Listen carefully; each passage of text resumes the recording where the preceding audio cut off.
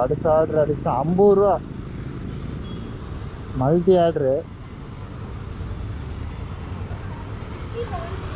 233 ரூபா என்னமோ விழுந்துச்சுங்க, ப்ளஸ் 50.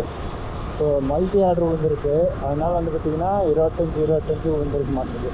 ஸோ மல்டி ஆர்டருக்குனால் வந்து பார்த்திங்கன்னா டபுளாக கணக்காகுது. பரவாயில்லைங்க. ரெண்டு மட்டும் தானே?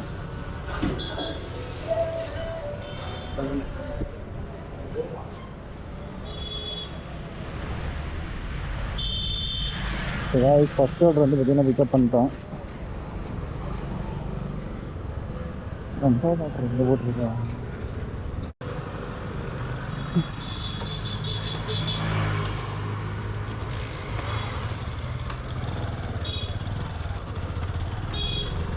ஸோ ரெண்டாவது ஆர்டர் வந்து பார்த்திங்கன்னா கரெக்டாக 1.1